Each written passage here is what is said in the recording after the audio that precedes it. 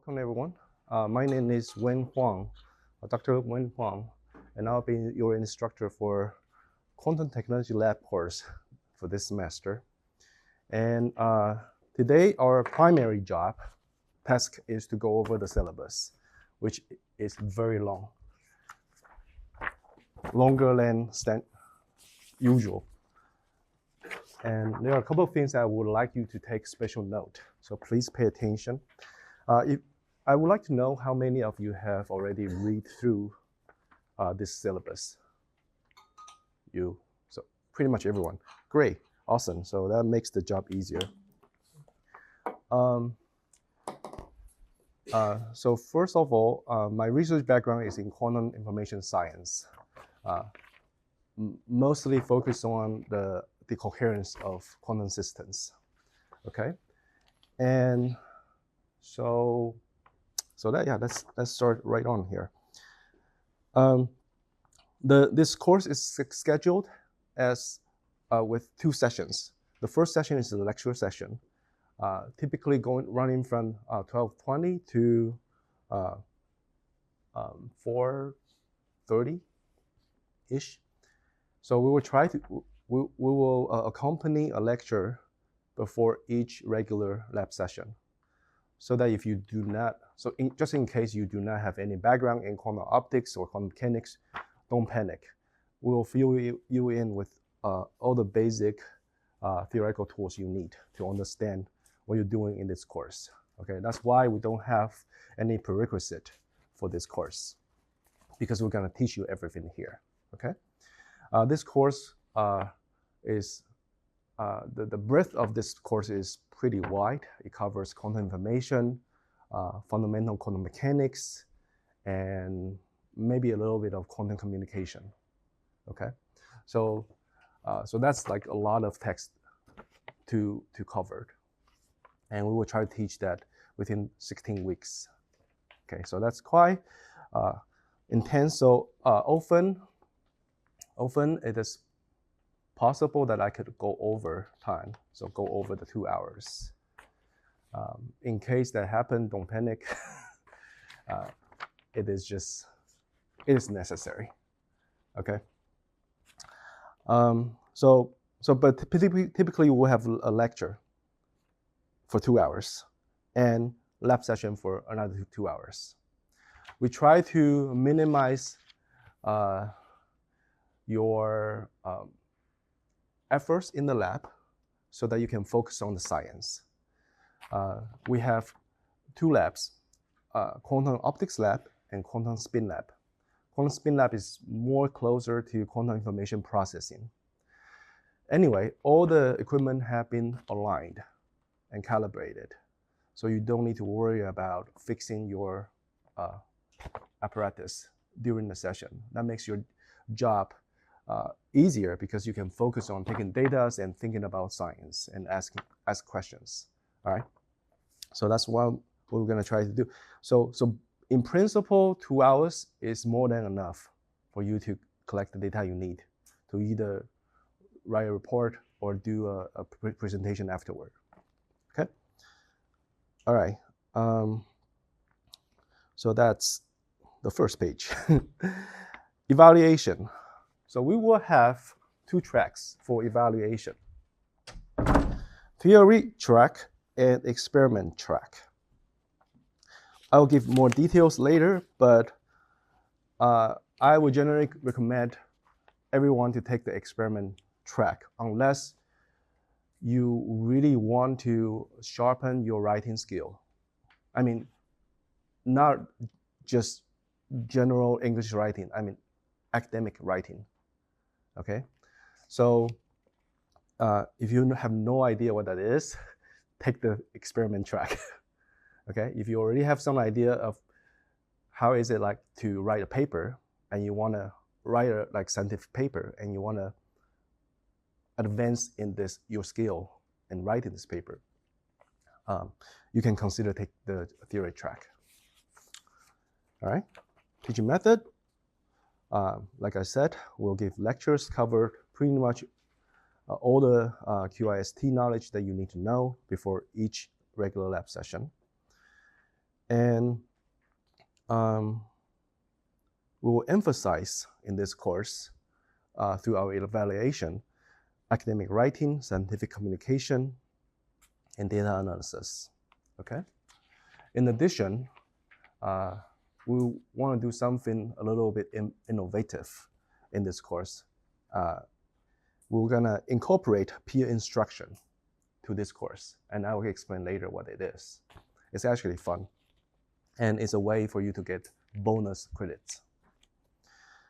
Okay, so most importantly, so here, so we are on the second page, evaluation, detailed version.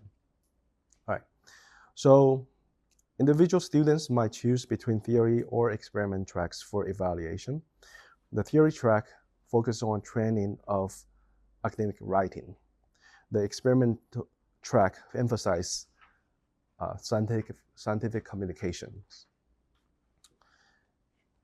First, let me first go through the experiment track. So turn to the back of your first page, because this is the recommended method. So if you take the experiment track, then you will need to do 2 presentations during the semester. One is midterm during the midterm week, and the other is final during the final week. Each presentation will compose 50% of your final grade, okay? And for midterm, you can choose any of these 4 labs as listed here. A means the optics lab, and B means the spin lab. So since we have 4 groups, 2 groups will do optics lab first, and the other 2 groups will do spin lab first. Okay? So depending on what you do first, that will be your midterm. Understand? Okay? Yes. This is a new thing for this semester, because previously you only do theory track, and I found that it doesn't work very well. Students suffers a lot. Yes. So in theory track, it's like a group should write a report. No, one person. It's always one person. Like so there's a writer, analyst, and experimentalist. Right. So everybody is listed. Yeah. So but only one person writes. And the track, does everyone has to present, or a group present one? Also only one. So a group, only one presentation per group. Okay. Let me briefly give the idea. So for evaluation, everybody is responsible for their own grade. There's no group effort in terms of grading. Okay? If you're doing great and your group and your teammate is doing a lousy job, that does not mean your grade you will suffer. Your final grade will suffer. Okay? You just do your job. Okay? The only collaborative part is during the experimental session. For the rest, you're on your own. Each one is independent. Okay? All right. So experiment track. So like I said, if you are assigned to optics lab first, then your midterm will be optics lab and your final will be the spin lab. If you're assigned to the spin lab first, then your midterm will be on spin lab and your final will be on optics lab, okay? This 4 lab session, lab 3A, 4A, 6A, 7A, are the topics or the lab session you can choose to present for the optics lab. Lab 4B, 5B, 6B, 7B are the lab session you can choose to present for the spin lab. Okay, clear? The presentation must consist 20 to 30 slides. You have maximum 40 minutes to present. And like I said, each presentation will take 50% of your final grade. However, on top of this, you can have bonus credits. Later, I will give an account of the bonus credit that we implement, the bonus credit system that we implement in this course. And you'll find that it's actually very generous. So you don't need to panic for your grade in any case, okay? Okay, let me briefly go over the grading criteria for the presentation.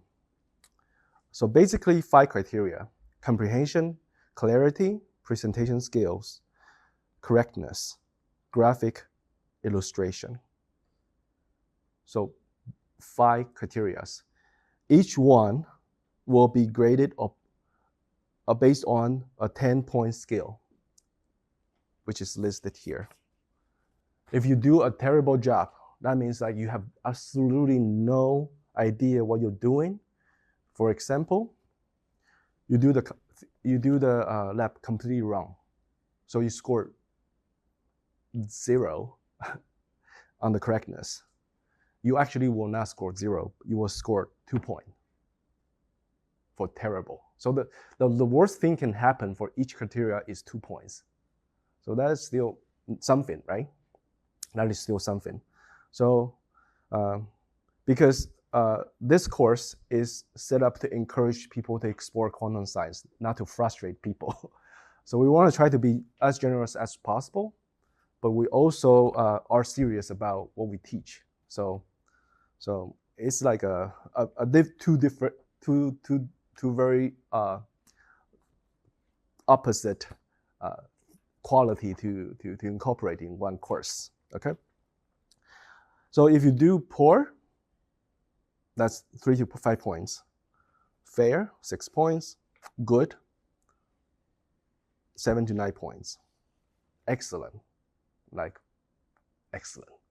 No other words. That's 10 points, full score. Okay? All right. Most people, if you don't have any experience presenting scientific talk before, you're likely to score between 3 to 5. Most people. But if you have some prior experience, then it's possible for you to score between 7 to 9. Okay? So anyway, so that's it. All presentations should be conducted in English and include 6 sections. So 20 to 30 slides divided to 6 sections. The first section is motivation, then theoretical concept, then experimental design, measurement results, data analysis and discussion, summary and acknowledgement. So these are very standard in any scientific talk. Any questions? All right. So the important thing is your presentation slides must be uploaded in PDF format. So I presume everybody will make their presentation slide using, say, PowerPoint or maybe Macintosh page, whatever. So some editing tools, right? Make it into a PDF slides. Yeah, make it into a PDF format and upload to the eLearn system. Do you all know what eLearn is? We don't have access to it yet. Okay. I have to fix all my paperwork. So eLearn is basically an online platform that NTU HAU set up. And we will have all the uploads, so including your report or your presentation slide, all the upload or course materials, all there. So it's like a cloud drive. Yeah. And you only need your NTHU credentials to access it, okay? So the important thing is if you're scheduled to present, for example, on May, say May 4th, 3 p.m. All right.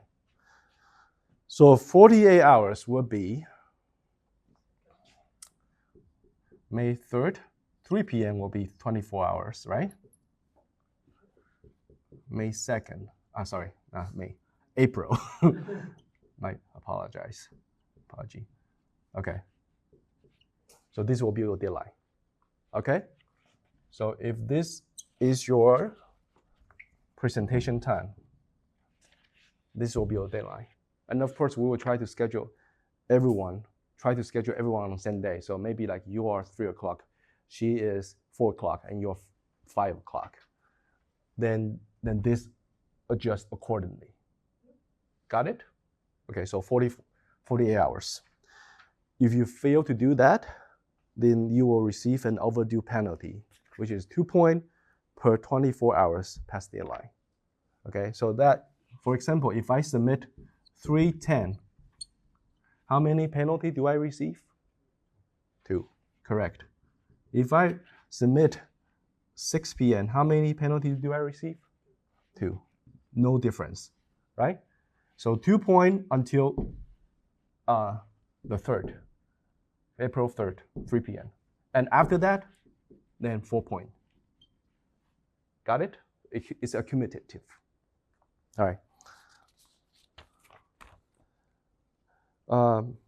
Next page, copy and pasting materials, including text and graphics from lab menus or submitted presentation slides, or previously submitted presentation slides are considered as plagiarizing. Very difficult word to learn. Everybody know what that means, right? Okay, so don't do that. It's taken seriously in this course. So don't copy anybody's work, including your own. When you submit a new report or a new presentation slides, make everything new. Okay, redo everything. Even slide change will be fine. Okay, so if we are taking some experimental setup diagram, do we have to make it? We cannot take it from the internet? no. Yeah, make it your own. It can be very simple. It does not need to be Picasso level. You can just, like, for example, this is the laser. This is a mirror. Okay? As long as it communicates the idea clearly, it should be fine. Okay? This is not an art contest. Okay? So I would rather you make really simple, simplistic diagram than copy some fancy stuff from the internet. Yeah? All right. Everything original. That's the point. No 2 reports or presentations should be based on the same lab session. If in doubt, please contact me for clarification. That means if you're, so say if you two are one group, right? And you want to do a presentation on Lab4a, then that means Lab4a is taken. Your teammate cannot write a report or do a presentation on Lab4a. Got it? Okay, so that's the rule. Within the group or within the entire? Within the group, of course. Within the group. Yeah, but so every group is 3 people or? 3, yeah. Given the size we have, class size we have, this semester, it's likely that we will have 3 people for each group. Okay, so it's very important that you guys coordinate beforehand who's gonna do what. Yep. Okay.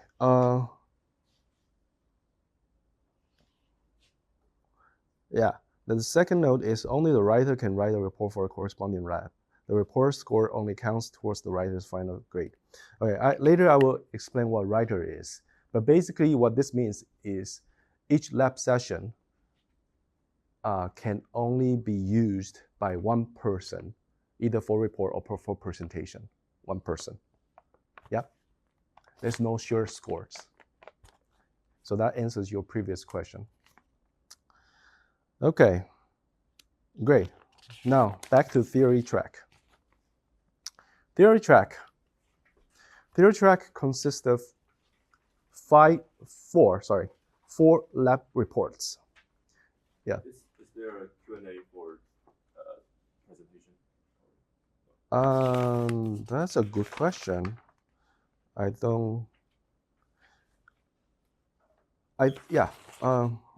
think there is, but It's bonus if you have a Q&A. That's a different. It's a different type of Q&A. Okay. I think yes, if the time allows, but I don't think it will be. I don't plan to include that part in the grading. But is the professor asking us, right? Not we. Oh no, the whole class will be listening to the presentation. No, but the question is, Professor, you like grilling us about our Okay. So the presentation goes like this. For 40 minutes, you have an uninterrupted time. So you can present your material uninterrupted, okay? And based on your full presentation, you are graded. And afterwards, people might ask questions just based on interest, not just for the sake of exchanging ideas for fun. It's not part of your grade. So if you fail to answer, it's not like a PhD defense, okay? If you fail to answer the question, that's fine. You just say, I don't know, I haven't thought about that yet. We can talk about that later, okay? Or you can try your best to entertain the discussion. Just have a little fun, okay? But the grading is based on your uninterrupted presentation, 40 minutes, okay? All right, for theory track. All right, coming back to the theory track. Where is it? Man. Okay. Theory track, 4 reports. Each report is 25 points. 25 points towards your final grade. The report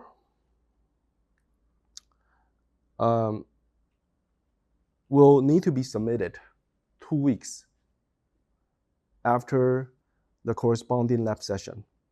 So you can choose whatever lab session you want to write your report on, okay? So for example, we have, so this is,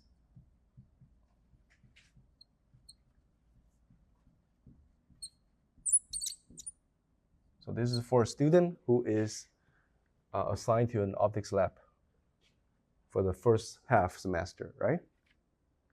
Say the student is on a theory track for your evaluation, all right? Then his plan is to do, okay, let me just finish this. 6B, all right. So say student A. Student A and student B are both on theory track, and they are from the same group, okay? Student A can choose 4 reports. And student A makes choice for this, and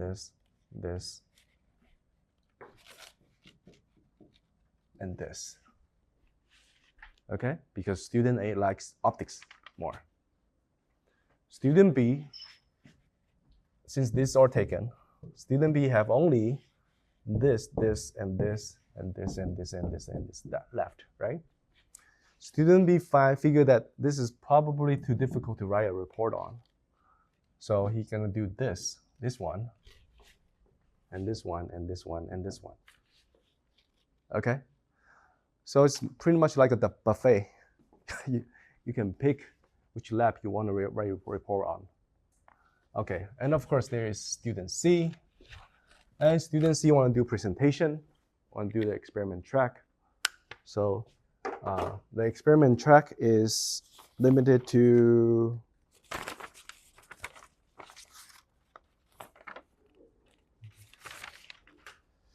three, 4, 6, 7. So 3, 4, oh, we have 7. I forgot. Sorry, we do have 7 labs. So more choice. Great. Okay. So these are for the optics and 4, 5, 6, 7. 4, 5, 6, 7. All right. Student C is doing theory. Experiment track, and he can only choose between this 4 or this 4. Okay, so for this, he's gonna do, for example, this. Oh, sorry, for C. And for this, he's gonna do, since 4 is taken, he's gonna do 7. Okay? Huh? Yes? Can C choose the Lab3a? Let me see. So it's on page, oh, sorry, 3A. In principle, yes, but since 3A has already been taken by a student for report, so the presentation cannot be on the same lab session, right? For different groups, it doesn't matter. This conflict of choosing lab session is only within the same group. Yeah, each group is independent of each other. Got it? Yes? Okay, any more questions? Okay, great. All right, so let's continue. Theory.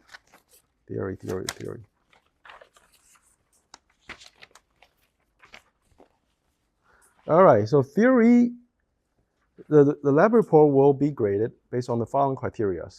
Again, comprehension, clarity, readability, completeness, graphic illustration. Okay, what does it mean by completeness? Basically, in each lab, there are objective. There are set objective. In the spin lab, it is very clear. You have the worksheet, and the worksheet has objective 1, 2, 3, 4. Okay, so these are the data you must take and must be presented. If you fail to do one of them, you lose a point or 2 on the completeness. Okay, so the regular objective are the things you must complete. All right. There are also bonus objective. Those are optional. If you do that, that's 1 point toward your final grade. So 1 point to your final grade. Okay. So so that's completeness. Readability. Readability basically is English adequacy. If you don't know how to write academic English, then at least make your English expression comprehensible. You don't need to make up fancy words or long sentence. Okay, as long as it's readable, it is understandable. It does not take it does not require lots of guesswork to understand what you try to say. Then that's adequate enough. Okay, so again, another thing I want to say. The reason we choose to do English for this course is because English is the native tongue of science. I don't know if everybody agree, but at least from my experience, English is the mother tongue, the native tongue of science. So we must, as a student in science, you must learn to communicate in English. It doesn't matter if you want to be a scholar or an engineer in the future. You must communicate in English. So that's why we do English for this course. Even everybody is from Taiwan, I will still do English for this course. Okay, simply because it's a native tongue of science. Okay, so however, I don't want you to be too stressed about your English skills. Again, this is not a contest. This is not our contest. This is not an English contest. So as long as you make yourself understandable, that will be fine. Yep. However, you do need to watch out for formatting errors and typos. I spent lots of time picking up students' typos from their reports. And that's very frustrating. And that leads to directly a low score for readability because it's simply a waste of my time. To avoid formatting errors like parentheses, for example, if somebody want to say here, like evaluation, right? Evaluation, detailed, okay. Evaluation, detailed. Which one looks better, A or B? Anybody vote for A? Anybody vote for B? Okay. This is what I call formatting errors. There should be a space. Okay, so this is very basic. A lot of people make mistakes like this. Either formatting errors or missing words or missing commas. It's just when somebody read this work, it just appear. It doesn't matter what the content is. It just appear as a poorly written work. So try to avoid formatting errors and typos by reading your own report at least twice before you submit. Twice. I would recommend if you take the theory track, then take it seriously. Print it out, read through each sentence you write, and try to spot any basic errors like this. Otherwise, you lose points for really nothing. Okay? For other criteria, I don't think I need to explain much. I try to give a brief description at the end. Anybody has any questions regarding the 5 criteria? No? Yes? No? No? Yes? Yes? For the experiment track, there's You're still on the experiment track, okay. No. Yes, but the same like the single for theory as well. Okay. Just like there's like for example the experiment track, there's always relationship includes 6 sections, right? Motivation, theory, Yes. concept, design. Yes. Result, and data analysis, etc. Yeah, a format. Should the sub title on the page be exactly that word, like motivations? Yes. Or I can be like what HBT means, or no, just exact subtitles. Exact subtitles, correct. And thanks for that question. Yes, I would like you to write. You could do this. You could, however, do this. If you want to be creative, you can do motivation, right? HBT, blah, blah, blah. Okay? But make sure you write this word so I know you're not missing a section. Just make the job easier for me to grade, okay? All right. Since each report is 25% of your final grade, the criteria will be evaluated based on the 5-point scale. Terrible, the absolutely lowest score is 1 point. Yep. And the excellent score, the perfect score is 5 points. The paper that you have, this writing sample that you have as your printout, this demonstrates a perfect score for each criteria. Okay, and this happen also be on the same topic that we teach in the spin lab. So you will be very beneficial if you choose the theory track and you have not written any scientific paper before. Read through this, try to study this. This will give you an idea what it means to be comprehensible, clear, readable, and complete and with good graphic illustration. Yeah. Says 4 lab reports, 3 to 5 pages, but it's I think more than I think it's 12. 10. Yeah. It's maybe easier. Yeah. Correct. This is a lot of pages. I don't mean, so I mean the writing quality of this is demonstrate the perfect score. I don't mean you need to go for very long pages. Long page does not equal to higher score. Some people write really long papers and it's just trash. Some people write very concise paper. Every word is carefully chosen, structured, you know. So it depends on your writing quality. It does not depend on your page limit. Okay, but I require at least 3 pages. And if you want to write a long report, don't write more than 5 pages because, okay? So Yeah. It's the same question. So like the font spacing and like the title is all specified in the templates. Yes. So we don't need to worry about it. Right. So you mean the title for each report, right?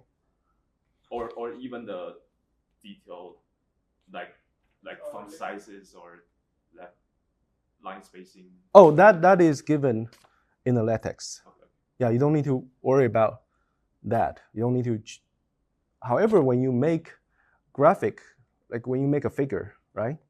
You need to watch out.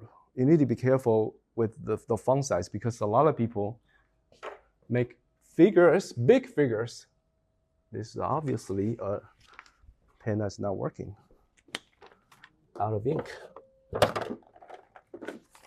A lot of people make big figures with very clear figures, but the numbers are super tiny, like super tiny, very, very hard to read. So the rule of thumb is that whatever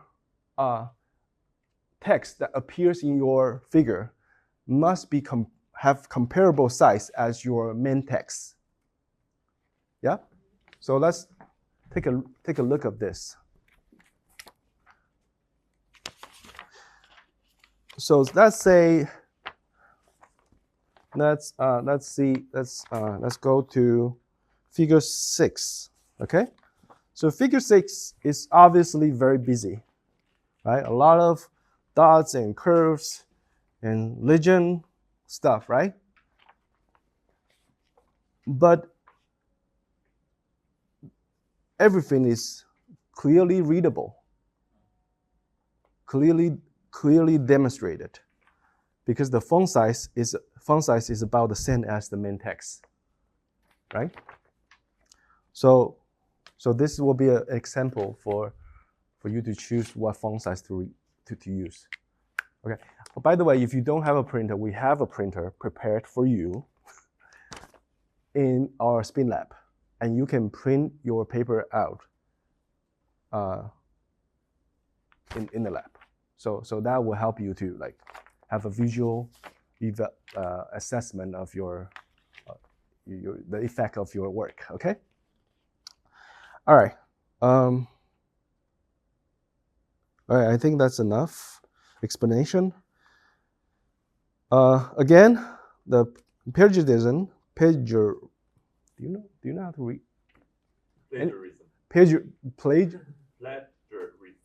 Plagiarism. Thank you. Gosh, I don't use this word very much.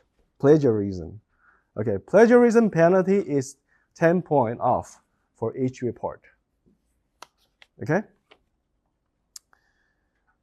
Everything needs to be written in English and compiled using the provided overleaf template, which can be downloaded. Gosh, we have another student? No, it's just Win. A spirit. Okay. The overleaf template will be provided through eLearn, so you can download it from there. The following structure should be adopted for each lab report. You need to have your title exactly the same as listed on the second page, course content. Okay, so we have the title for each lab and also the lab number. You need to include both information on your title. So for example, title, optically detected magnetic resonance. Space, parenthesis, Lab2a, parenthesis. Then writer, so basically all the group members. And whoever is writing this report needs to be the first author. Affiliation, NTHU, and NYCU. Okay. The subsection also, there are also 6 subsections for the lab report. Abstract, introduction, results, discussion, conclusions, and reference. So please follow this structure exactly and use exactly the same subsection title. In the introduction, you don't need to give any figure or equation. You don't have to. If you want to, that's fine. But basically, you can just write everything in text. That's for introduction. And for the result, you must include figures or tables. You must, to present your data. For discussion, again, figures, tables, or equations are optional. It's not necessary, but if it helps, use it. Okay, so only in the resource, you need to present figures. You have to present figures. Okay, so after each section, I give like a brief description of what the content should be for each subsection, for each sections. Yep. Any questions? Sorry. Yeah, no, Even no the problem. citation format is fixed, like APA or. Yeah, please follow this. You can find all the answer to all your questions in these papers. At the end, I believe. Man. Yeah. Yeah, exactly this. Follow exactly this format. Okay? So like I said, theory track is a serious training for academic writing. That's why we impose like a very strict structures. And we want to make sure, if you take this track, we want to make sure that you really know how to write an adequate scientific report at the end of the semester. So we take this seriously. Okay? So like I said, unless you are absolutely interested in developing your skills in academic writing, I will recommend just take the experiment track and save yourself the hurt. Yeah. Question? Yeah. Will you provide any training or example of a good presentation? I will not. However, if you can, oh yeah, another thing, each lectures will be recorded for two purposes. One is so after each session, I will upload the recording of the day, so that if you missed a course, if you missed a lecture, it will not be detrimental for you. You can still catch up. That's one purpose. And the other purpose is after the end of the semester, we will give this series of lecture to the university to make open source, openware courses, so that everyone, even students who do not sign up for this course or student overseas, they could learn this topic if they don't have adequate sources. Having said that, if you feel uncomfortable to be in the camera, to be in the video, please send an email to me and let me know, and I will try to make something work for your need. Okay? Yeah. If you don't send me a special notification, I will take that everybody agree that this is fine with you. Okay? Yes. What's the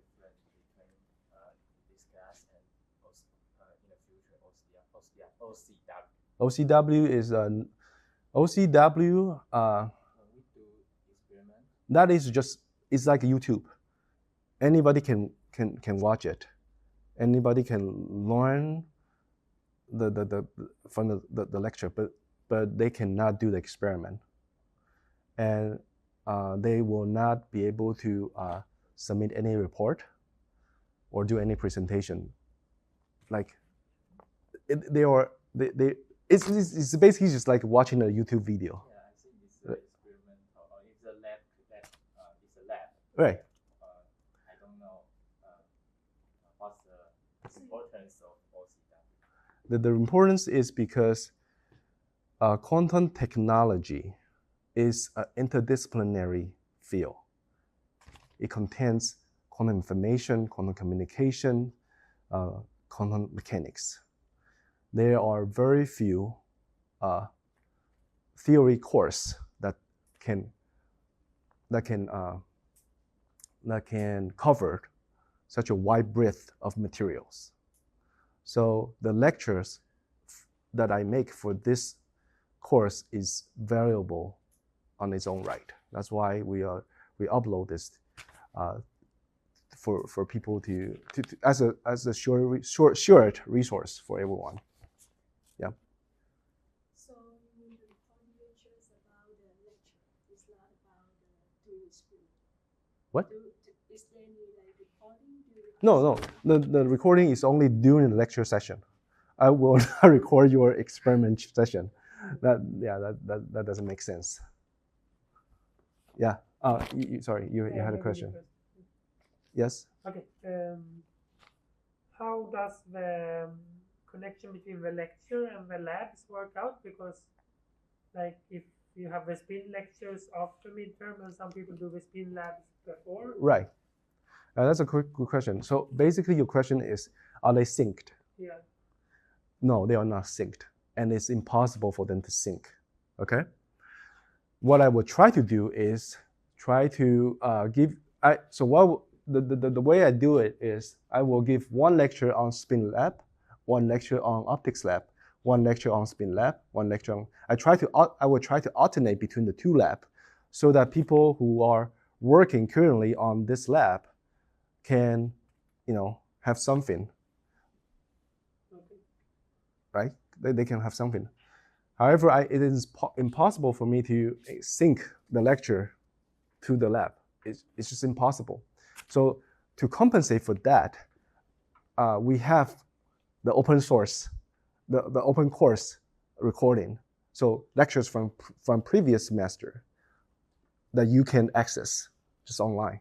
Just go to OCW and THU, and then you can find this course from the previous semester. So if you're writing a report, or if you're preparing a presentation and you don't really understand the material, instead of trying to do readings on your own, you can watch that recorded lecture. Is it one lecture per lab session, or is it more? It's more like topic based. Topic based. Yeah, it's more like a topic based, and if this topic could easily contain materials for different lab. Yeah. So that, and it's intentional, because if I try to make one-to-one correspondence, then there's no way people can catch up, right? So I will try to stuff as much as information as I can in one lecture session. So for the spin lab, you will get information for like 3 labs or 2 labs. So that which can last you for 2 weeks. Yeah. Okay, and also we have a latency between the lab and the report for 2 weeks. So if you are doing the lab now, but the lecture is not here yet, the lecture next week might be on this topic, then that will help. Okay. More questions from you? Here we have like because we have one group has 3 people, Right. Like for example, after we do experiment, so we do the analyzing lectures afterward. Yeah. And then the writer will just take the data and Yeah, the writer will take the data and analyze it and compose the report. All on This was the what? because we have like the role for the analyzer here. Oh, are you already at the bonus? Okay, maybe don't jump ahead, okay? Otherwise, we are in even more chaos. Let me go through that part first before you ask questions on that text. All right, so I think we have gone over the basics of evaluations, both for theory track and experiment track. I have one final question. Yes. Okay, when it comes to the presentations, Yeah. that will be scheduled outside of the normal scheduled time for the course, right? It will no. It will. I will try to arrange it during. Oh wait, you're right. I'm sorry. Yeah. You're right. It will be scheduled based on because each week we have like 14 labs to do plus the bonus lab. So each week is taken. So for the presentation, yes, we will. Yeah, that's a good question. We will try to schedule it based on your availability. Okay, so you can have a one-to-one discussion about like. Sorry. So we can have a discussion about the time. Right. Yeah, we will do that. We have to do that. So we will arrange it. We will try to arrange it within the same week, but maybe like Monday for you and you two, and Tuesday for you two. And if people want to join, I will announce the presentation to the class. And if people are available and they are interested in listening, they can join. Otherwise, I will be the only audience. Okay. Yeah. Okay. Thanks for the questions. Bonus credit. Okay. Good. So we have gone through the evaluations, and basically evaluation is 100% of either presentation or report. But we also have the bonus credit system, and that's the sweet thing of this course. First, there are 4 ways to get bonus credits. First is completion of bonus objectives. In optics lab, there's no bonus objectives. Okay? There's no. There are only regular objectives, and it's not explicitly written out as in the spin lab, but it's pretty obvious from the description of the menu. Okay, so usually there are like maybe 2 or 3 things you need to do.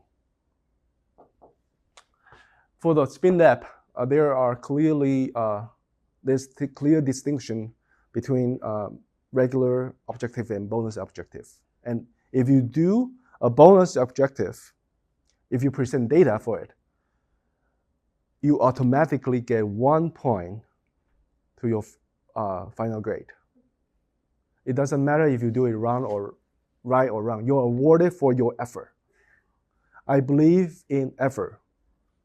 That's my philosophy. If you make effort, then you should be rewarded for that. Sometimes people put in a lot of effort. They put in a lot of time, try to compose or prepare a presentation or compose a report, and it end up receive a very low score. I'm not for that camp. I am for, effort-based scoring system. So that's why we are going for points. Every effort that you make will make a difference in your finals grade. Yeah. So in the spin, there are multiple labs with the bonus credits, right? Yes. So if I did a Lab1b, I did the bonus credit with data and the things, but should I write the report to get the? Should I write report or present on that topic? Because if I did 3 bonus credits in different labs, yeah, I can only present 1, right? So how can I get the bonus credit for other 2? Okay, so the question is, so this gentleman, so say he's doing bonus credit for this 2 labs, right? But he's only writing report for this lab, then in that case you will, and of course the report will have the data from your bonus credit, right? He's asking if he should write another report for the bonus credit in this lab. The answer is no. The answer is no. So only for the report or the presentation you are assigned, you can earn the bonus credit for the bonus objective. Okay? Understood? In that case, like, if people who are taking the theory route can get more bonus credit than presentation, right? No. They can write multiple reports in the spin. If the student B. That's true. That is true. Yes, because yes, you're right. So for the experiment, Can we just like do a report on the bonus credit, just one page saying, okay, I did this for and this result and submit? No, it doesn't work this way. You're right. The experimental track so one presentation is on one lab, right? So one lab have maybe like one presentation is on the optics and there's no bonus credit, and one is on the spin. There's no bonus credit. So yes, you will only get bonus credit for the thing you present, and yes, it could potentially be let's say less advantageous. But to tell you the truth, from my past experience, not many people can manage to do the bonus credit anyway. They struggle enough to finish the regular objective. So I will not imagine that this unequality will make much difference in the final score. Okay. But thanks for bringing that up. Yes. No, I thought you said, I misunderstood you. I thought maybe in the beginning you said the only thing you had to do to get the bonus point was to show you the data. Yeah. Maybe you meant that you show the data during the end of the lab. You're right. Show me the data within your report or your presentation. Not to just show me the data. No, sorry for the miscommunication. You're right. Okay, but thanks for bringing that up. Okay. Otherwise, it will be the scoring system will be very chaotic. Okay, we'll try to make this manageable. And we have to finish one experiment in one day, right? We cannot come back to that experiment the next. You could. The only rule I have is the penalty overdue penalty. So, for example, if you are able to swipe out 3 labs in one session, be my guest. Okay. But however, if you are not able to finish this week, next week you can still come back to do this. And if you have enough time, you can do this. Your goal is to collect the data you need to write either your report or finish or your presentation. That's the bottom line. Okay, I don't post strict restrictions on your lab activities. So if I'm presenting like Lab4a, I did the lab, then I'm presenting after a few weeks. So in the next lab, can I go back and take like more data or something to make it better? In principle, yes.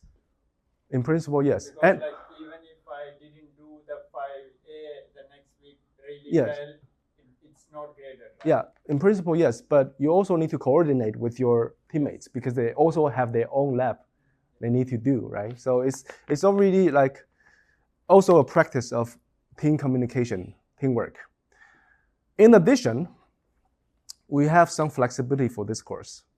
If you are absolutely interested in the lab, but just because of the time limit, you cannot finish it, you can always come back at another date, even the weekend, as long as you let the TA know. And I mean, you should get lab access from the TA, obviously.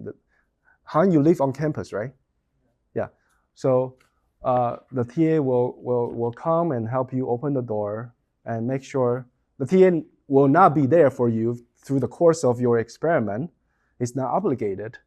But of course, if you have questions for him, you could ask him to stay for maybe 30 minutes and then for some discussion. And when you finish, just remember to lock the door and do all that regular stuff, right? Okay, but basically, yes, you can have extra time to do a lab. Just contact TA, and he will give you lab access. Okay, yeah. Is it still mandatory to complete all the 14 labs? Complete what? Do you have to complete all the 14 labs? No. Just the ones that you're going to present on? Yeah, that's the bottom line. Okay. That's the bottom line. If you cannot do everything, at least do the things that matter to your grade. Yeah?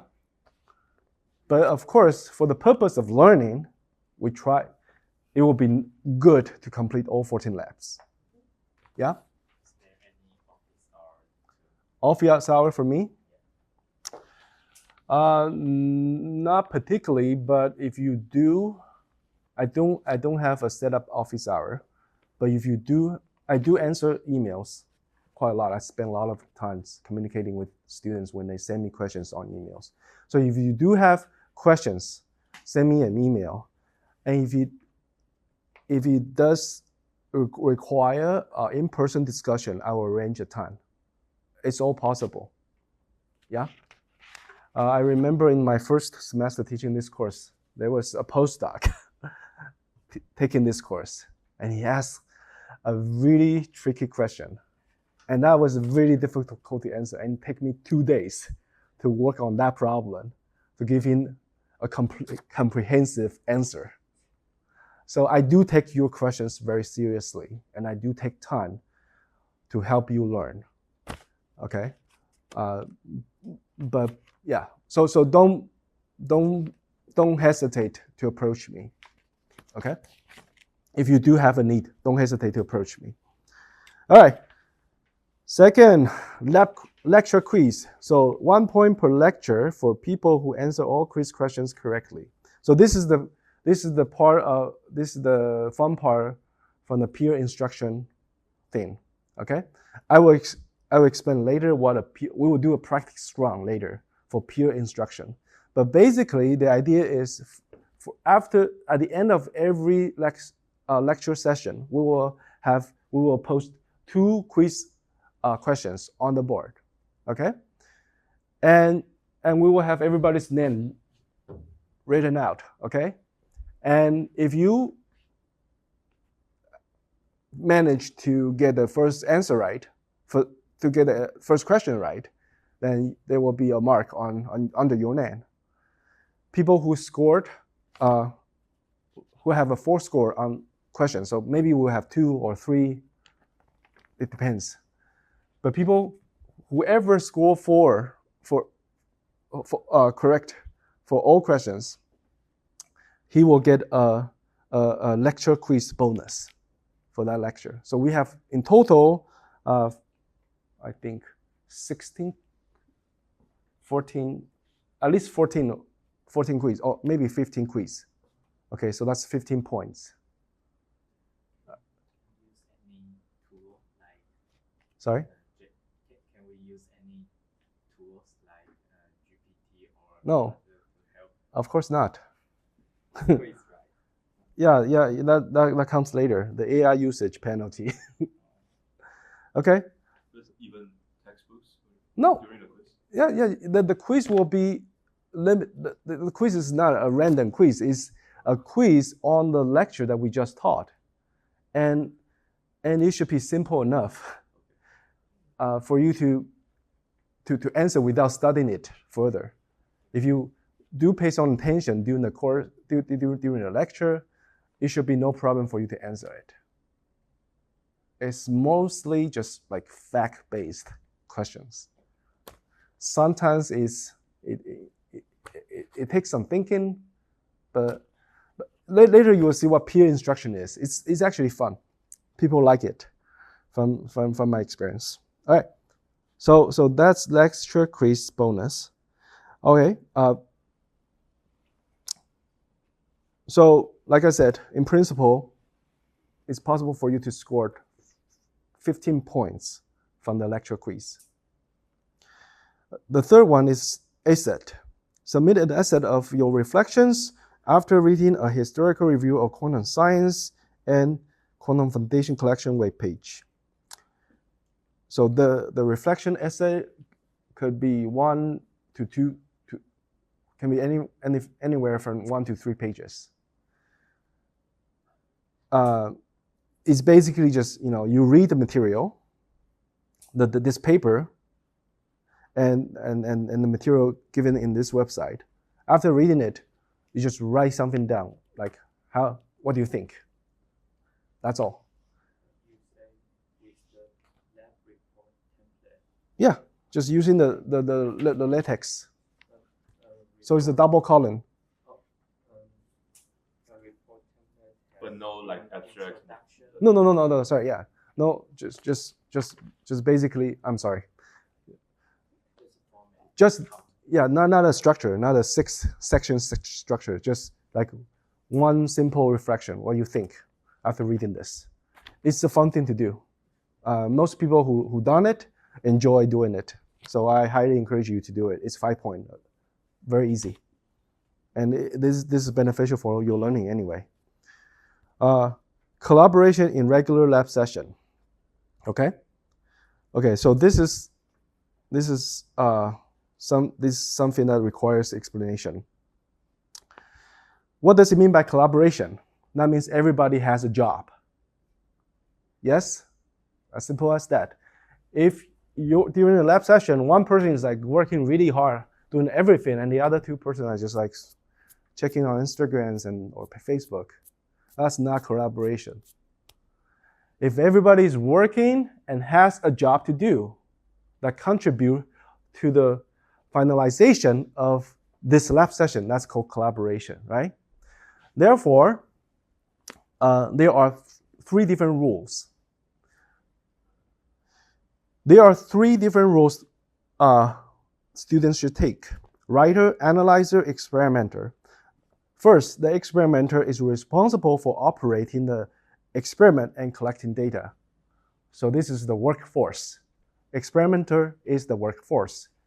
And since we have already taken care of all the alignments and all this very technical part of the lab, in principle, everybody should be able to be the experimenter.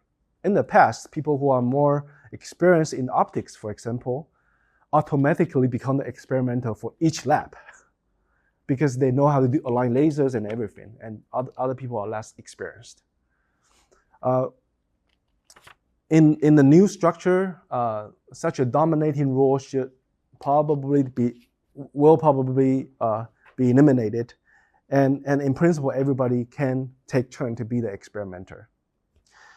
Analyzer is responsible for organizing data and evaluate data quality. For example, here we're taking a lot of data, right? The experimenter is just responsible for operating, like clicking buttons and run experiment and collecting data. He does not think.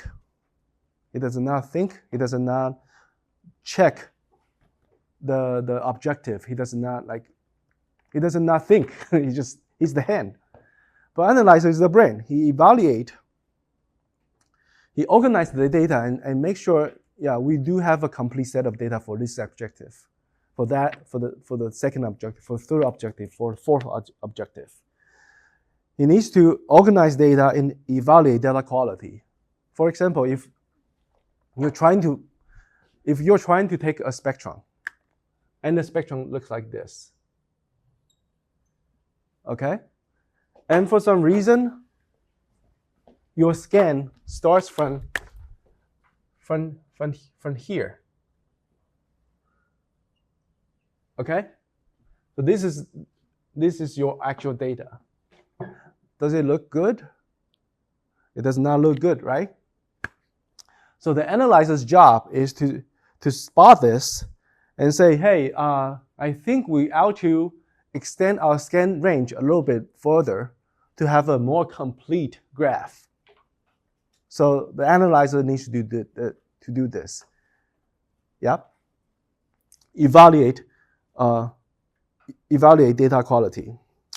The writer who is responsible for either presenting data of this lab or writing report for this lab, the writer is ultimately responsible for ensure data consistency, because if data are not consistent,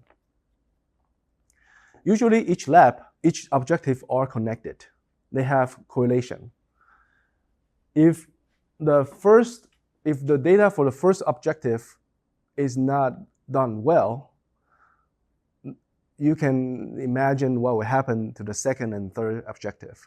So the writer, since she or she is responsible for using this data, he needs to make sure that these data are all consistent. Man. All right? So the writer needs to pay attention to the whole process. He's the brain. He's like the supervisor. Okay? He's sitting in the back and watch everybody's and make sure everybody's like doing things right. Okay? So there's a lot of thinking for the writer. Yep. So if you can do this, that's called collaboration. And then the TA will mark. So for this particular lab session, the TA will mark 1 point for you, 1 point for you, 1 point for you. If the team is doing collaboration, then it's 1 point for everyone, for each team member. So we have 14 lab. If you can work collaboratively, you basically have 14 points for free. That's pretty generous, I think. Okay? Yes? So we visualize our data during the experiment, right? Here yes, actually yes. So we need to bring our computers. No, the software will give you visuals of your data. The software that you use to collect data shows you the graphs. So we don't need to bring our own computers. You don't. Okay. Yeah, you don't.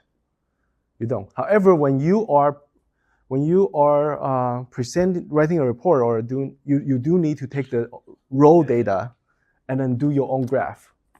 Okay. So since the data acquisition software has the visual presentation of your data, it is possible for you to evaluate in real time whether you're taking good data or not. Okay. But for your report or your presentation, I would like you to take the raw data and then use MATLAB to plot them or analyze them. Okay. And the raw data is we need to bring our USB drive or. It is a cloud drive set up. Okay. So for each station, there's a computer, either laptop or desktop, and there is there's a cloud drive there. So what you need to do is to copy the link for that corresponding lab folder and send that link to yourself. No, it's not Google Cloud. It's Meta. It's called Meta. Anyway, you can copy and paste a cloud link and send it to yourself. Then will we have access to other teams' lab data? You do. Okay. So don't cheat. Yeah? You should respect other people's effort. Everyone should respect other people's efforts on spending so much time organizing this data. So if you happen to have a bad day and you fail to collect data, don't steal other people's effort. You just come back and finish it. Okay? Yeah. Explanation, the role of the writer is to supervise all the data. So which means do you need to check that? I? Yes. No. The writer will, since the writer will either write a report or present the, what do you mean I will check that? For example, when we collect the data, which means like, for example, there is some distribution. Okay. So, I mean, do you need to confirm that's one? No. I will not micromanage. No. I will not micromanage your activity. So I'm just trying to explain to you how you can work collaboratively. If you fail to do this, if you fail to follow this, it's fine, as long as you are all working together. But this will be the ideal model to use for when you work together. You have a questions? Question about the collaboration. Yeah. You mentioned for students who are more used to the optical table or anything, they sometimes ultimately become experimental. Yeah. And my question is, for other students who do not have experience with quantum optics or the kind, and how do they learn to use the collimator or anything to alignment, and how do they learn? Yeah. Is there some very long manual for students to follow? Because in your paper, for Lab1a, they got a lot of manuals. Right. Yeah. How do they learn to do, and how do students Learn to do the experiment. Yeah, experiment and also the data collecting. How to reading pro or something like that. Okay. So first of all, you will now learn how to do alignment. That has been taken out from this course because from experience we found that it does not work. It just doesn't work. Students who does not have experience with optics cannot suddenly within 7 weeks learn how to do alignment efficiently within like 1 or 2 hours. It's just too hard. So that learning curve is too steep for any student who have no prior experience. Therefore, we take that part of the learning, although I did battle with myself a little bit on making that decision, but at the end I decided that yes, people will now learn how to align lasers or use collimators or use this or that. Okay, what you will do is, however, you will be able to turn different optical element to different settings, which has no learning curve at all. You just turn it. If you know how it works and if you know what it does, which will usually be taught during the lecture session. But if you want to just learn about this or that particular optical element, you can either ask the TA or me, or simply go to the Thorlab website. They have a very comprehensive documentations on every optical element that explain the principle of operation and all that. Okay, so but the bottom line is everyone should without any prior training, everyone should be able to operate the experiment by simply turning knobs here and there and clicking buttons on the software, on the data acquisition software. So we try to minimize the learning barrier so that make this more accessible to everyone. Okay, so what you need to focus on is the physics of your data. Like you need to understand when you see a curve, like what does it mean? If you see a Gaussian curve or a Gaussian that is very narrow or Gaussian that is very wide, what does it mean? That's something you need to think about during the lab session. So we give you the freedom. Now after taking away the burden of learning all that techniques, we give you the freedom to think. And what we want you to take that opportunity and think more during the lab session. Okay? about the collaboration, do you have to stick to one role, or can we switch the roles in between the experiment? Like Yes. So each lab session. No, in the same experiment there are multiple objectives sometimes. So I'm like, okay, I'll take I'll be the experiment for the first objective, and the second objective the other person can. Yes. We all can learn how to do that. Yes. Good. That is a good question. So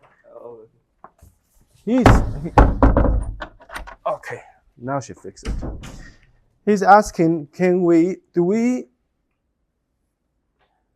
must we have a fixed role during the entire lab session, or can we all be experimental for each objective? The answer is yes.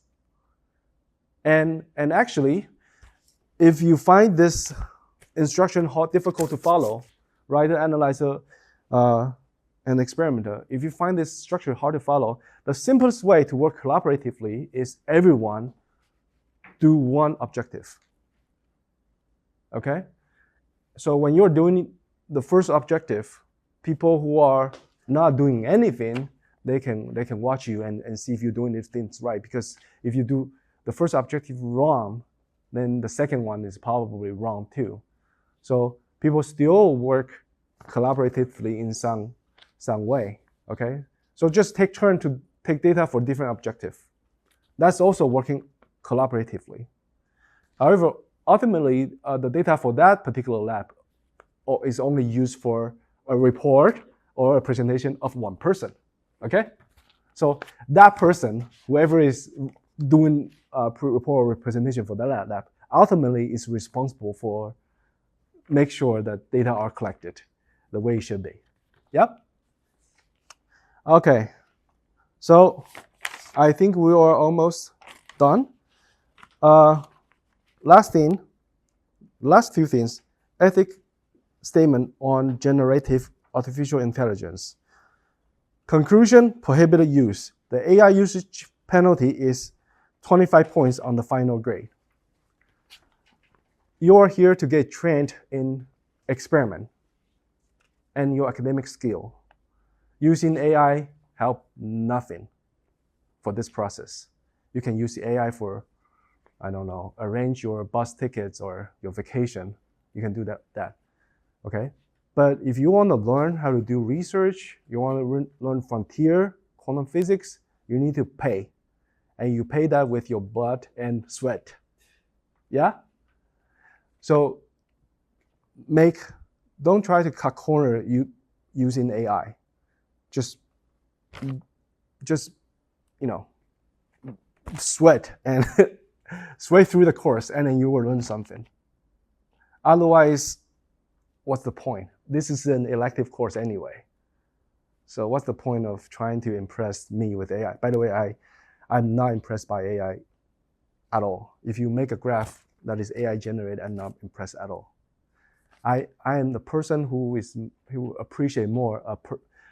appreciate a personal touch on either the analyze or discussion, or see. I know the subject enough that I can distinguish between AI generated answer and human generated answer, and I appreciate a personalized report or presentation much more than a fancy. If you want to try to raise a fund or get stock people to buy your stock, yeah, you of course use AI for that purpose, for marketing and for make it fancy. But in this course, you're here to get trained, so don't use AI. It does not help your learning. Okay? Yes. For writing nowadays, like even I use AI, like after I write something, like to spell check and grammar check, those kind of things. Okay. So is that also not allowed? Not allowed. Yes. Please go back to the age when AI was not invented, or at least not make accessible to everyone. Okay, and try to learn science the hard way, because that's the best way, I assure you. Okay? I am old school. So if you feel like AI is unseparated part of your life, then probably this is not a good course for you to take. Okay, dropout policy. All right, so the official. So we have until March 6th, right, for people to decide whether they want to take or drop a course, right? I give a more tolerant time. I extend that to March 12th. That means you can have, I think, 3 sessions. Gosh, I think there's a ghost. That means you can have at least 2 lab sessions. You can go through at least 2 lab sessions to decide whether you want to stick with this course or not. That should give you enough experience to decide, to make an informed decision on whether you want to stick with this course or not. Okay? If you decide not to continue with the course, please simply send me an email. Let me know. So, you don't need to explain anything. It's just fine. It's not a course for everyone. I understand. This is not like a general course. This is it's actually a highly specialized course for quantum science. So if you feel like either the course content or the training is not fit for you, it's all fine. Just simply let me know so that I don't grade your. If you let me know, then you are not obligated to submit any report or presentation or anything like that. And you will be able to drop the course during the midterm. So which is open between April 20th and May 8th. Okay? So if you cannot decide before March 6th whether you want to stick with this course or not, then if you can decide, if you after today, if you feel like, wow, this is not for me, please go back and drop it today. That's fine. But if you feel like, oh, I don't know, I want to explore it more, or just want to maybe have a taste of what experiment look like, then stick with us for another 2 weeks, and then you should have enough information to judge for yourself whether this is for you or not. Okay, and then you will be able to drop it during the midterm. If you do not send me any notification after March 12th, 11:59 p.m. before midnight, if you don't do anything, if you don't take any action before that time, then I will consider you, then you're considered as a member of this course. And you're obligated to do everything we need to do in this course, okay? So if later you don't come and tell me, oh, Professor, I'm sorry, I feel like this is really not good for me. Sorry, that will not be taken into consideration because the window is already closed. Yeah. So please think about it if you want to go with us or not. And either way, it's all fine with me. Yep. Okay. I think we have spent enough time, really probably too much time, talking about syllabus. Now is the fun part. Let's all sit in a circle, and we want. Oh. So yes. Do we? Is there apparel requirements like no toes exposing? Safety? You mean like a safety? No shorts like. No. Even is the equipment in a clean room or something? No. This is a teaching level lab. So no, yeah, you don't need to wear a gun or a helmet or no, you don't need to dress like a spaceman. No. Yeah, okay. So that's all, including the TA. That's all. Grab a chair and then sit in a circle, big circle, and we will take turn to tell each other about ourselves. Because the next thing we want to do is to get into groups, right? So before you get into groups, you want to know who you're working with. Yeah? It's written April 2nd, there is a lab. Sorry? April 2nd, there Yes. is lab. Yeah. And in the academic calendar, that's a holiday. Is it? Yes. Really? Is it the inter-college day? I don't know. What holiday is that? It's like The- from April 3rd onwards, it's holiday. Qingming and Ertong. Really? So one day before they Uh, announce a holiday in that. Okay, I checked it yesterday. I didn't see that. Oh, I Okay, I will check. If necessary, we'll arrange things around. But basically, we'll try to cover every lab. Yeah. I did check yesterday, and I didn't see that. It's like the day before the holiday, and university announced that's also a holiday. Oh, Something like so April 1st is the Second. holiday. that. No, 3rd and then 4th, 5th, 6th are holidays. Like so, from Friday is the 3rd, and Monday is also holiday. Friday's holiday, Yeah, Monday is also holiday next month. but the lab is on Thursday. Yeah, so university gave Thursday also holiday. The university gives you a holiday, It's written like that. Yes. so there's no class. Lectures only 1 week, right? Only 1 week. Yes. So there's no class for the whole. No.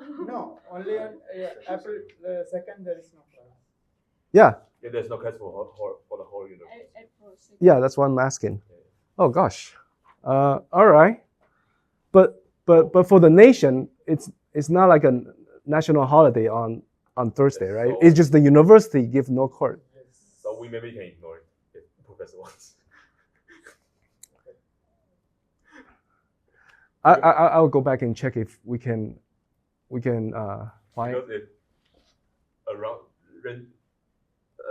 arranging around will mess with everybody's timelines and Yeah, forcing yeah. in 16 weeks. And yeah. I would prefer not, but let's see. I'll think about it. But thanks for bringing it up. I made some other plans seeing that, that's why. Okay. Well, for you in particular, if, for example, your report or your presentation is not on that day, it doesn't matter if you don't show up. Oh yeah, you don't get credit for attendance. Also, you don't lose credit for not attending the course. So this is like a graduate level course. So we try to be as free and open to everyone and give everybody the freedom to pace their own learning. Okay, so if you don't want to do anything, if you don't want to do the experiment and you just want to show up on the day that you write your report, that's fine with me. But you're missing a lot of learning opportunities, and that's on you. Got it? Okay? All right, cool. So let's go in a circle, starting from me, then this young lady, and then we'll go clockwise, okay? Hello, my name is Wayne Huang, and I am an adjunct assistant professor here. So that means there's still a lot of work for me to do to become the formal assistant professor.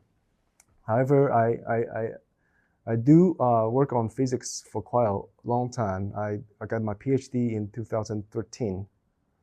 So that's already 13 years from now. And my primary work is on quantum science and ultra-fast electron diffraction.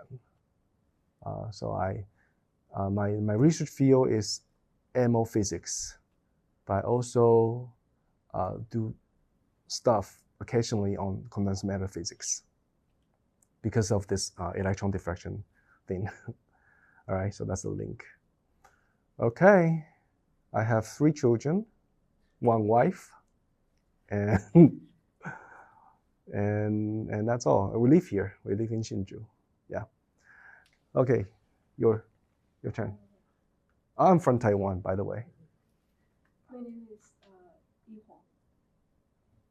So this is the Chinese name because I think my English name is not easy to read out. So do you prefer us to call you Yi Huang? Yes. Yeah. Oh, by the way, each person need to give an English name. If you don't have an English name, make one right now because we're gonna call everyone by their English name. here. Okay, so Yeah, actually, because I'm from Vietnam. yeah, Then my English name is also have a tone as well. I see. Yeah. So Yi Huang is what you prefer to be called. Yes. Okay, cool. That's fine. Yes. And I'm from MO Physics. I'm working with it's like atomic gas, and my focusing is on the renewable atom. Yes. Are you a PhD student? Yes. Okay, so tell us 3 things. Where you're from? Okay, so I'm from Taiwan. What is your affiliation? I'm affiliated with Physics Department, NTHU. And what is your status? I'm a PhD student, I'm a master's student, I am an undergrad student, like that. Okay, so at least give us this information. Okay. Yeah. My name is Huang Hongyu. What's your English name? My English name, let me try.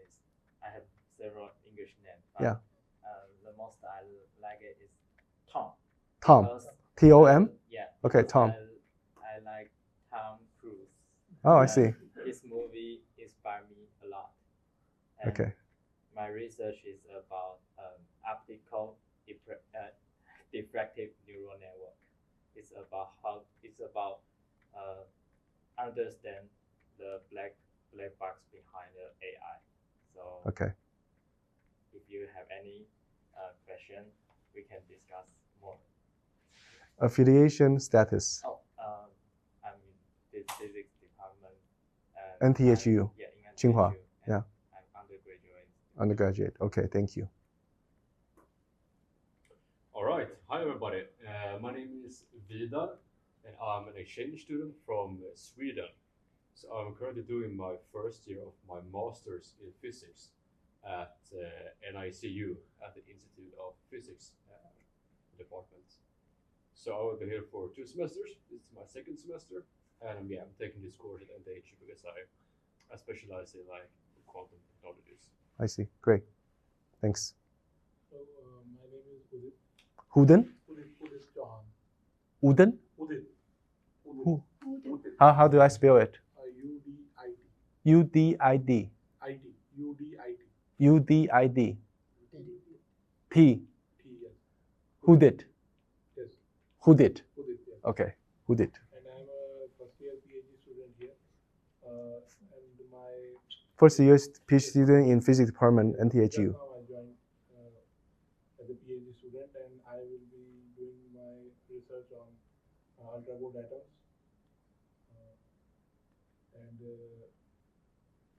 analyzing the dynamics of Bose-Einstein condensate in the lab of Professor Yu and Yu. Mm-hmm. Cool. My name is Han. I'm a senior student in this department, physics department in NTHU, and I'm from Malaysia. And yeah, so I hope you enjoy this class and learn something. Oh, sorry. Where are you from? India. India. Sweden, India, Malaysia. Okay, great. Hello everyone. My name is Huang Yi Li. You can call me Li or James. James. Okay, J-A-M-E-S. Yes. Yeah, thank you. I'm from Institute of Information System and Applications. It's actually the CS department.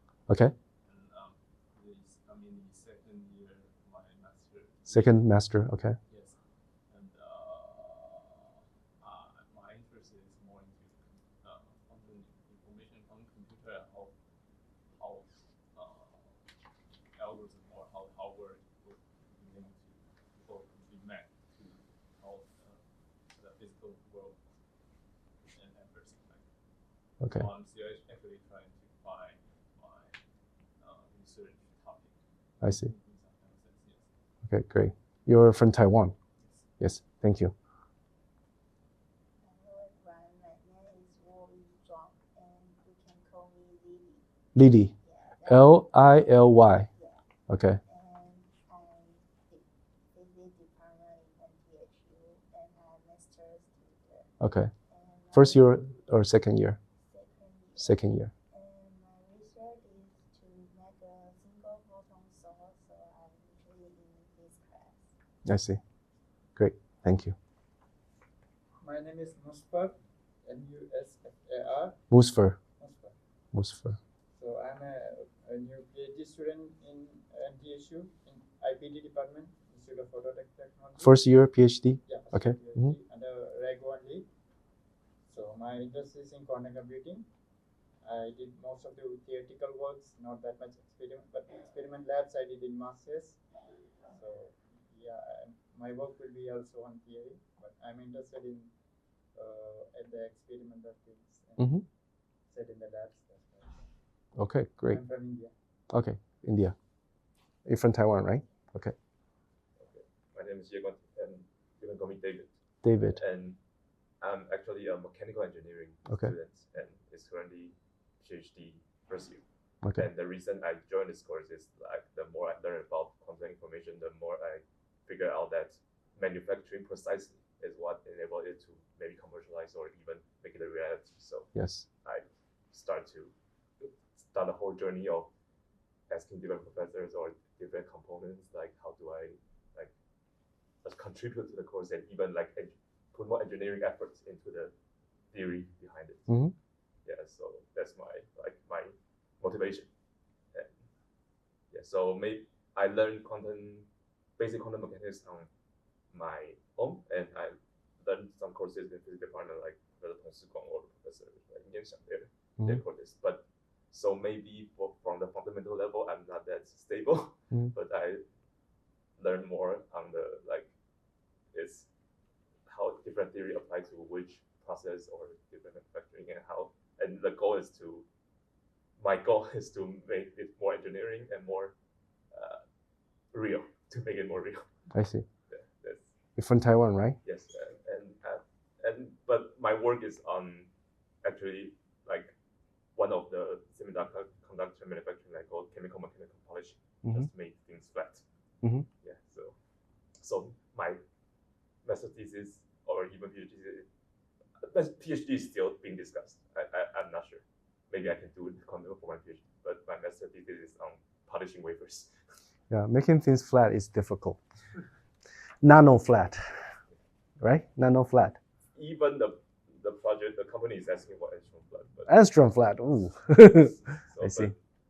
I don't think they're quite understanding of the basic theory behind it. It's very difficult because in the microscopic world, it's like a very different landscape. Everything is mountains and big holes, and the surface is a very tricky place to do physics with, and making it flat, it's like making an ideal vacuum chamber, and it's very difficult. It's a difficult job. The micro ring we need that for like ion trap. We need a laser to be precise frequency and stuff. So let's say I can contribute to this field, maybe. Okay, cool. Thank you. Yeah, my name is Simon. Simon. Simon, yes. So I'm with Vida. I'm also exchange student in physics department at NYCU. I study in Sweden normally at Chalmers University. I would say I haven't like a research topic yet, but I'm mostly interested in, I would say, like experimental physics and maybe a bit quantum stuff. Yeah. Cool, thank you. Hello everyone, my name is Andy. Andy? Okay. I'm an undergraduate student from computer science study, and I'm still finding what I'm interested in. One day the OC course showed up in my YouTube. Oh, cool. I want to find something kind of cool, so I enrolled in this class. Oh, I see. Cool. Yeah, at least it was worth dumping now. All right, cool, awesome. Okay, then since we all give our name, let's see if I can remember. Andy, Simon, David, Moffat. It's like Mustang, but Mosfet. Okay. It's like a combination between Mustang and Mustafa. Musfer. Yeah, similar to Mustafa. You know who Mustafa is, right? Yeah, the Lion King. Yes, the Lion King's dad. Okay, Musfer, right? Yeah. Musfer and Lily and James, Ham and Udi, Vida or Vida?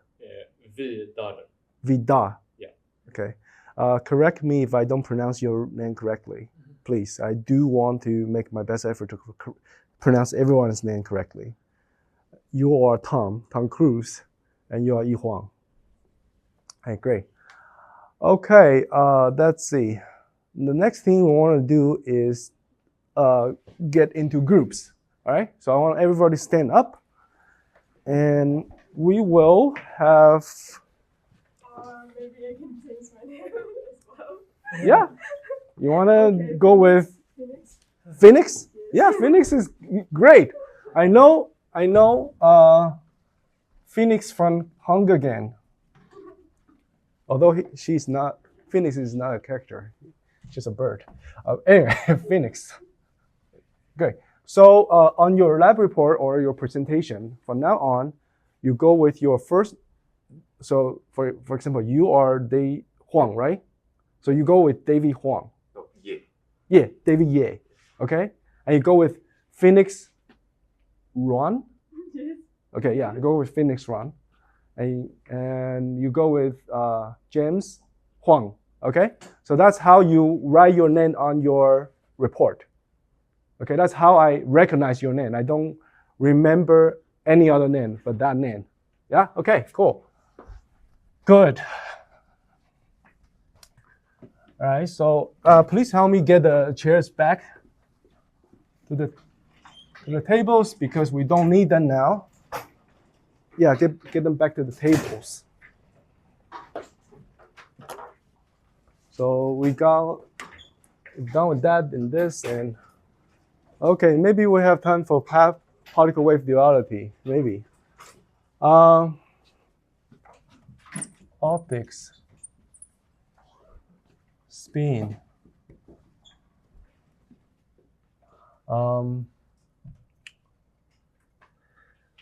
No preference. Okay, so spin is more like quantum computing. It's more like quantum computing. Not exactly, but it's closer to quantum computing. And optics is quantum communication.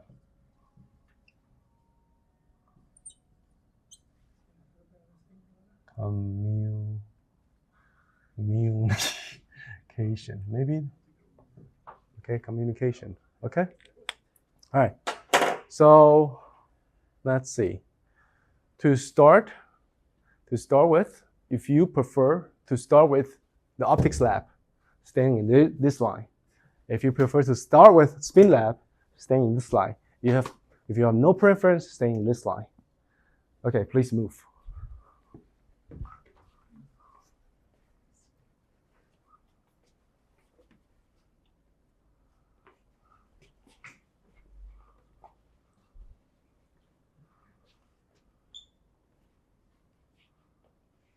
Are we all done?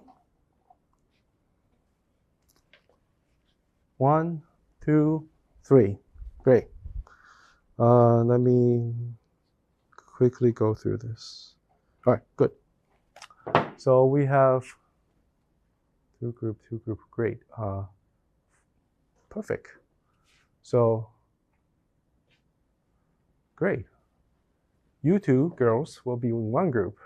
And you and Wang will be in, James will be in one group. Okay? Please stand together. Okay, this is difficult. Do you mind if I take you apart? Or do you much prefer to work together?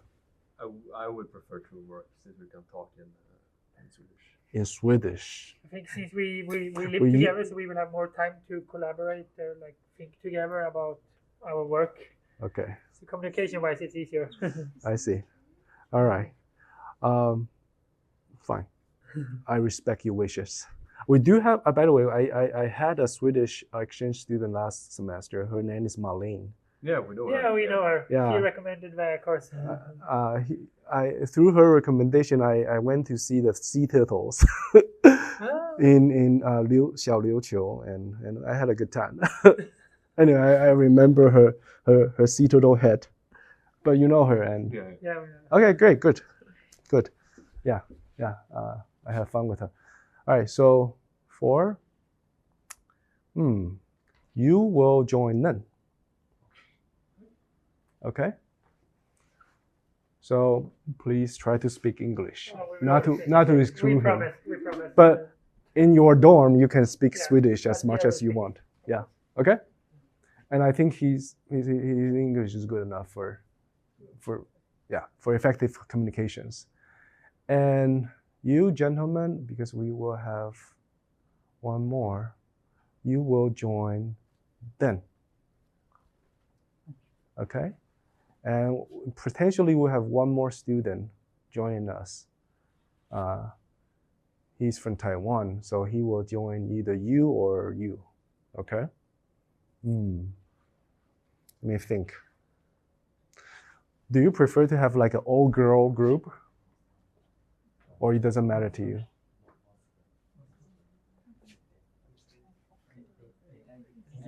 Do you prefer to have an all-girl group or it doesn't matter? Doesn't matter. Okay, great. Then maybe I will still have you as an all-girl group. Not actually, it's easier. Trust me. Last semester I have Marlene teamed up with another girl. They are a great team. So yeah, so I'm gonna keep that way. I'm gonna have that gentleman join you guys. I think he's probably from physics, and you're from physics, and you're from. I used to be a student. Oh, you are? You do? Oh, so you do have backgrounds in quantum mechanics. Oh, awesome, great, good. So anyway, I will have him join you guys, if that's okay. Yeah. Okay. Cool. Then from now on, we'd like you to sit in groups. Sit with your group mates. Okay, and let me think. Okay, so I probably will spend, okay, so you can go back to your seat. I probably will spend 10 minutes going through this very basic idea of quantum.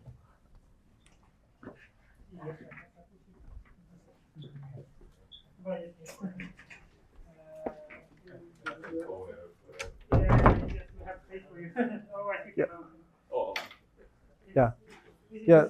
The sitting now is only is temporary because usually we sit in a row. Okay, typically we sit in a row, but now since you have all moved the chairs back, it's okay.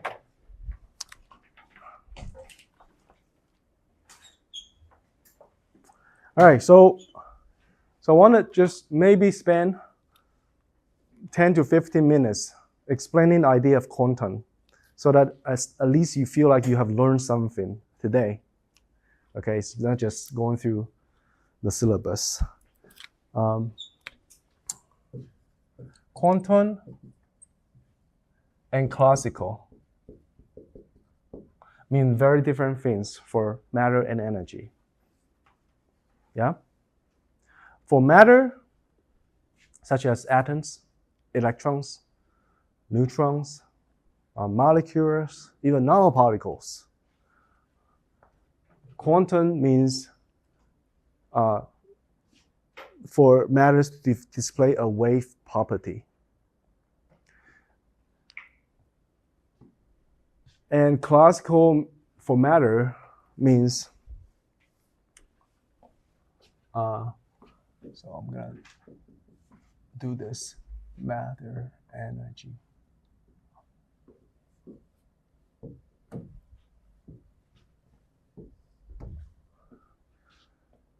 Quantum for matter means wave.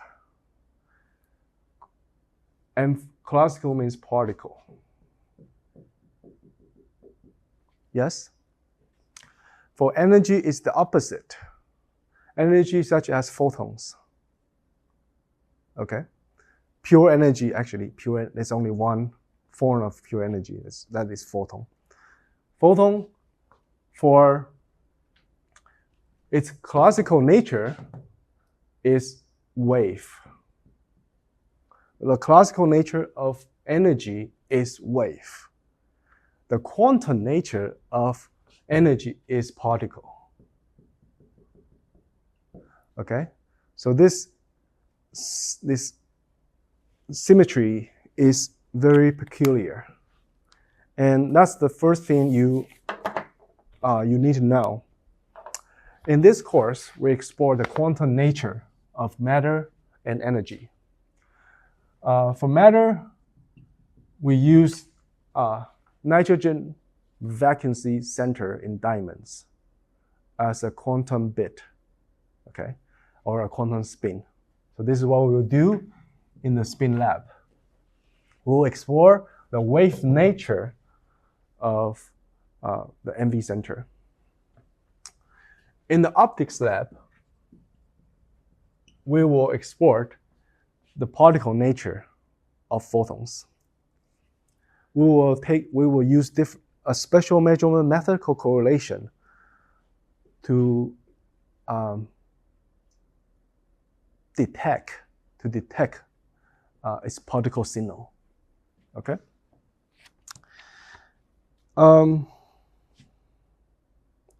Just one word. Just want to mention this technical term, but you will learn more about it later.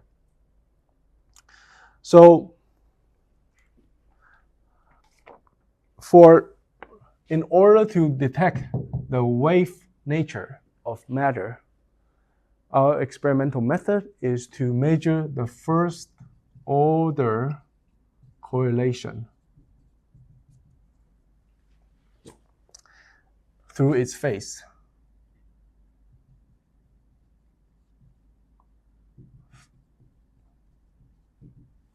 Yeah. And to get to see the particle nature of photons, we will use the second order. We'll measure the second order correlation through amplitude. Okay. So this is basically an overview, really a rough overview of the content of this course. These are the topics. We want to explore the wave nature of matter. We want to explore the particle nature of energy, photons. And these are our measurement method. First order correlation, second order correlation. As we go into this course, the lecture, these phrases will make more sense to you. Phase, amplitude, correlation, second order, first order.